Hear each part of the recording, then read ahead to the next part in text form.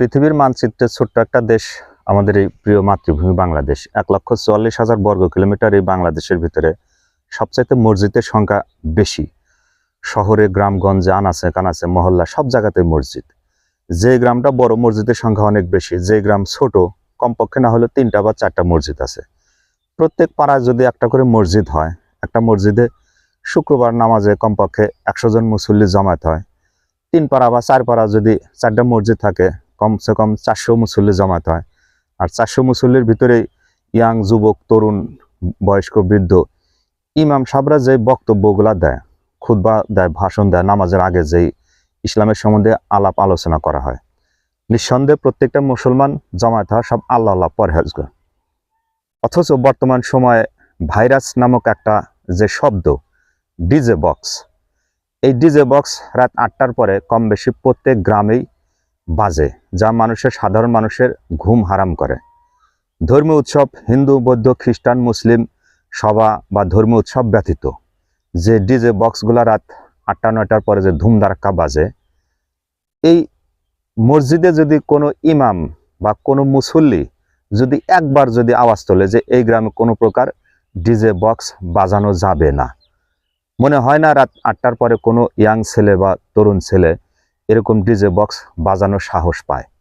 বর্তমান জামানায় আমরা এমন পরিস্থিতি আছে, সেই লূত আলাইহিস সালামের জামানায় যে পাড়ায় পাড়ায় মহল্লায় মসজিদে যে মুসলমানগুলো জামায়াত হয়, ঠিক সেই ওইরকম ধর্মভীরু আল্লাহওয়ালা খামুদ দামুদ নামাজ কালাম পড়বো, আল্লাহ আল্লাহ করবো, কে কি করলো না করলো ওটা কোনো দেখার বিষয় না।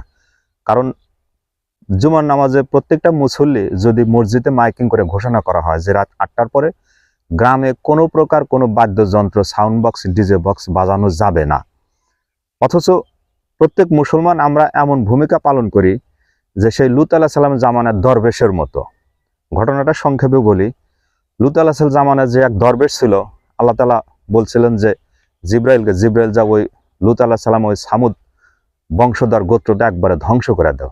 ঘটনাটা সম্পূর্ণ কোরআনে বর্ণিত আছে, ধ্বংস করে দাও। তখন জিব্রাইল আলাইহিস সালাম মহান আল্লাহকে প্রশ্ন করছিলেন যে আল্লাহ, আপনি তো বলছেন যে পৃথিবীতে যদি একটা আল্লাহর বান্দা থাকে তার আগ পর্যন্ত ধ্বংস করবেন না। তখন আল্লাহ তাআলা বললেন যে ওই যে লূত আলাইহিস সালামের যে কমের ভিতরে একজন ওলি আল্লাহ পরহেজগার দরবেশ আছে, ওর মতো দরবেশ আমার প্রয়োজন নাই। কারণ সে নিজে খাবে, নিজে পড়বে, নিজে ইবাদত করবে, তার জাতি কম, তার যে ধ্বংসের পথে গেছে সেটা কখনো প্রতিবাদ করবে না, অর্থাৎ সে কখনো সৎ কাজে আদেশ করবে না, অন্যায় কথাগুলো কখনো সে নিষেধ করবে না। ওইরকম পরহেজগার আমার দরকার নাই। তো বর্তমান জামানায় মনে হয় আমরা ঠিক ওইরকম পর্যায়ে এসে গেছি যে পাড়ায় মহল্লায়, গ্রামে গঞ্জে রাত 8টার পরে যে ধুমধাম ডিজে বক্সগুলা বাজায়, যদি কোনো মুসল্লি জুমার নামাজে খুতবায় কোনো ইমাম সাহেব যদি বক্তব্য দেয় আজ থেকে এই গ্রামে কোনো প্রকার ডিজে বক্স, সাউন্ড বক্স বাজানো যাবে না, সম্পূর্ণ নিষেধ, যদি বাজায় আমরা সবাই মিলে ঐক্যবদ্ধভাবে প্রতিবাদ করব।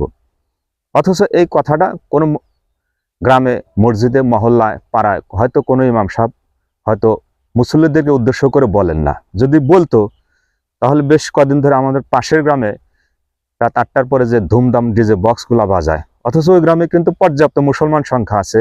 জুমার নামাজে, আজকে জুমার নামাজ, অসংখ্য মুসল্লি জমায়েত হবে, ঠিক মুসল্লিরা খাবে দাবে ঘুরবে, কিন্তু কোনো প্রকার অসৎ কাজকে প্রতিবাদ করবে না। ভালো থাকবেন, সুস্থ থাকবেন, আল্লাহ হাফেজ।